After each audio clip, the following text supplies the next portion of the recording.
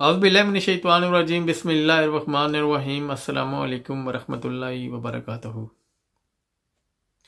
وقت نے اور حالات نے جتنی انسان نے مطلب کہ آپ دیکھ لیں کہ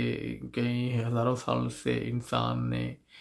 کام کرنا شروع کیا، ترقی کرنی شروع کی اور آج کس مقام پر کھڑا ہے، اور اسی مقام نے انسان کو یہ ثابت کر دیا کہ انسان ایک اشرف المخلوق ہے۔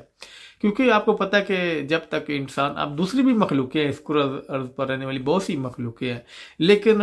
جو ترقی انسان نے کی ہے، اور سب سے اس کی بہترین وجہ یہ ہے کہ انسان نے اپنی اس عقل کو استعمال کیا ہے۔ کیونکہ انسان اس عقل کے بغیر کبھی بھی اتنی ترقی نہیں کر سکتا تھا کیونکہ چاہے انسان نے مطلب کہ کوئی وہ گھروں سے نکل کر بڑے بڑے مکانوں میں یا بڑی بڑی کوٹھیوں میں آیا ہے، تو یا پھر وہ پیدل سفر سے جہازوں میں آیا ہے، تو اس کی سب سے بڑی وجہ یہ ہے کہ یہ انسان نے اپنی عقل کو استعمال کیا ہے، اور عقل کو استعمال کرتے ہی کہ انسان نے خود کو ثابت کیا کہ انسان جو ہے نا وہ اشرف المخلوق ہے۔ چاہے دیکھ لیں کہ انسان آج کہاں سے کہاں پہنچ گیا، زمین سے چاند پر اور چاند سے آگے جانے کی کوشش میں لگا ہوا ہے، یعنی کہ رسائی حاصل کر رہا ہے، اور اس کی سب سے بڑی وجہ یہ کہ انسان نے اپنی عقل کو استعمال کیا ہے، اور انسان کے پاس بہترین عقل ہے۔ میں یہ تو نہیں کہتا کہ دوسری مخلوق کے پاس عقل نہیں ہے، لیکن دوسری مخلوق کے پاس بھی عقل ہے، لیکن یہ ہے کہ جو بہترین عقل ہے وہ انسان کے ہی پاس ہے، اور اسی وجہ سے انسان کو جو ہے وہ اشرف المخلوق کہا جاتا ہے۔ یہ اور انسان سمجھتا بھی ہے کہ میں دوسری مخلوق سے افضل ہوں، بہترین ہوں اور اشرف المخلوق ہوں۔ اس اشرف المخلوق کو جاننے کے لیے، یا یہ ہے کہ انسان کو یہ سمجھنے کے لیے کہ وہ اشرف المخلوق ہے، کسی ڈگری یا کسی اعلیٰ تعلیم کی ضرورت نہیں ہے، کہ مطلب یہ ہے کہ انسان کو کسی کالج یا یونیورسٹی سے کوئی ڈگری لینی پڑی یا اعلیٰ تعلیم حاصل کرنی پڑ جائے کہ اس کو پتہ چلے کہ وہ ایک مطلب کہ ایک اشرف المخلوق ہے، دوسری مخلوقوں سے افضل ہے۔ حالانکہ یہ انسان خود جانتا ہے، کیونکہ انسان کی جو مطلب کہ انسان کی جو فطرت ہے، یہ اس کو آگاہ ضرور کرتی ہے کہ جب وہ سوچنے اور سمجھنے کی صلاحیت کو استعمال کرنے کے قابل ہو جاتا ہے، تو اس کی یہ جو فطرت ہے اس کو یہ آگاہ ضرور کرتی ہے کہ تم جو ہے دوسری مخلوق سے بہترین ہو، دوسری مخلوق سے افضل ہو، اور اسی وجہ سے انسان جو ہے نا وہ خود کو اشرف المخلوق کا کہتا ہے، خود کو، انسانوں کو۔ کیونکہ لاشعوری عمر کی تو بات نہیں کرتا، جس میں انسان کی چھوٹی عمر ہو یا لاشعوری عمر، اس میں اتنی انسان کو آگاہی تو نہیں ملتی، حالانکہ وہ کتابوں سے اس کو نالج ضرور ملتا ہے کہ انسان اشرف المخلوق ہے، لیکن جب اس کو یہ شعور، یہ نالج جب اس کو اپنی فطرت سے ملتا ہے کہ انسان جو ہے وہ مطلب کہ اشرف المخلوق ہے، تو میں تو کہتا ہوں کہ انسان، اور میں سمجھتا بھی ہوں کہ انسان اس وقت تھوڑا باشعور ہو جاتا ہے، کیونکہ جس انسان کی توجہ اپنی فطرت کی طرف جاتی ہے، اور اس کی فطرت اس کو آگاہ کرتی ہے کہ تم دوسری مخلوق سے افضل ہو، دوسری مخلوق سے فضیلت میں اعلیٰ ہو، اور اسی وجہ سے تمہیں اشرف المخلوق کہا جاتا ہے۔ کیونکہ جب انسان یہ سمجھتا ہے کہ میں اشرف المخلوق ہوں، تو پھر انسان کی جو ذمہ داری ہوتی ہے وہ بڑھ جاتی ہے، اور اس انسان کی ذمہ داری انسان کو یاد آ جاتی ہے کہ میری اس قرآن پر رہنے کی کیا کیا ذمہ داری ہے، کیونکہ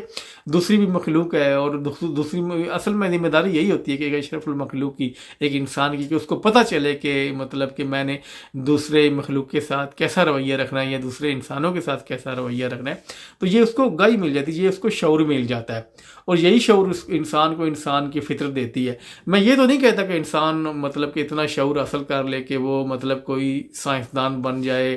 یا کوئی فلاسفر بن جائے، یا کوئی تخلیق کر جائے، کیونکہ یہ ہر انسان کر بھی نہیں سکتا، یہ نہ ہی ہر انسان سے ہو سکتا ہے، اور نہ ہی ہر انسان جو ہے نا اس شعور کی سطح تک پہنچ سکتا ہے۔ یہ بڑے چند لوگ ہوتے ہیں مطلب کہ جن کو میں تو کہتا ہوں کہ قدرت چن لیتی ہے، یا اگر آپ کچھ ایسا کام کر رہے ہیں تو اس کے بدلے میں آپ کوئی اچھا کام کر رہے ہیں، کوئی نیکی کا کام کر رہے ہیں،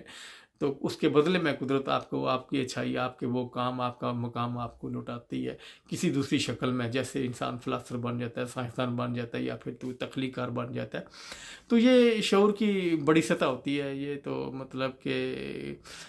بہت کم لوگ جاتے ہیں اس سطح پر، لیکن جاتے ضرور ہیں، کیونکہ ان کی اس کوشش ہوتی ہے، لگن ہوتی ہے،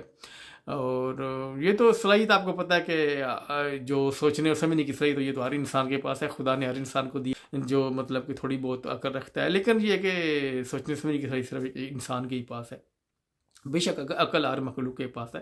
لیکن یہ ہے کہ انسان کو جب یہ شعور مل جاتا ہے، اس کی فطرت سے اس کو آگاہی مل جاتی ہے کہ تم ایک بہترین ہو، تم ایک بہترین مخلوق ہو، تو پھر انسان کو اس ذمہ داریوں کے تحت کام کرنا چاہیے۔ اس کو پتہ چل جاتا ہے کہ میرے لیے مطلب کون سا رستہ اچھا ہے اور میرے لیے کون سا رستہ برا ہے، اور پھر اسی حوالے سے انسان پھر یہ ہے کہ اگر اس کو پتہ چلتا ہے کہ یہ رستہ جو اچھا ہے اس کی طرف چلوں گا تو میرے لیے کیا کیا فائدہ ہے، اور میرے لیے کیا بہتر ہو سکتا ہے، اور میرے لیے کیا بہتر ہے، اور اگر میں برے راستے کی طرف چلوں گا تو میرے لیے مطلب کہ نقصان ہے، اور برے راستے کو آپ کو پتہ ہے کہ ہر انسان جانتا بھی اور سمجھتا بھی ہے۔ میں تو کہتا ہوں کہ انسان کو مطلب اپنے شعور، اپنی فطرت کے ساتھ جو ہے نا بالکل منسلک ہو کے رہنا چاہیے، اس کو بھولنا نہیں چاہیے۔ جو مطلب کہ فطرت اس کی بتاتی ہے اس کو کہ تیرے لیے یہ اچھا ہے، یہ برا ہے، اچھے کی طرف اچھا جانا چاہیے اور برے سے رک جانا چاہیے، نہ اس کو برائی کو نظر انداز کر دینا چاہیے، برے راستے کو نظر انداز کر دینا چاہیے، کیونکہ انسان کا یہی شعور ہے۔ کیونکہ میں تو کہتا ہوں کہ انسان اگر کوئی بڑا شعور نہ بھی حاصل کر سکے، کہ ہر انسان کو اتنا شعور ضرور ہونا چاہیے کہ اس کو یہ پتہ ہو کہ میرے اندر کون سی خامی ہے، کون سی کوتاہی ہے، میں اپنی کوتاہی کو، اپنی خامی کو دور کرتا رہوں۔ انسان سے غلطی کوتاہیاں ہو جاتی ہیں، میں نے یہ نہیں کہتا کہ انسان کوئی فرشتہ بن جاتا ہے یا فرشتہ ہو جاتا ہے، انسان سے غلطی کوتاہی ہو جاتی ہے، لیکن میں کہتا ہوں کہ انسان کو اپنی غلطی کوتاہی سے ہمیشہ منسلک نہیں رہنا چاہیے، مطلب ساری زندگی اس کو وہ غلطی کوتاہیاں نہیں کرنی چاہیے۔ اگر وہ شعور کے ساتھ منسلک رہے گا، شعور کو اپنے مطلب بیدار رکھے گا، تو کبھی بھی مطلب کہ وہ بڑے بڑے غلطیوں کی طرف، بڑی بڑی غلطیوں کی طرف یا کوتاہیوں کی طرف نہیں جائے گا، وہ ان کو نظر انداز کرتا رہے گا اور اچھائی کی طرف ہمیشہ چلتا رہے گا۔ اور میں تو کہتا ہوں اتنا شعور انسان کے لیے بھی کافی، ہر انسان کے لیے جو مطلب اس شعور، اپنے شعور کو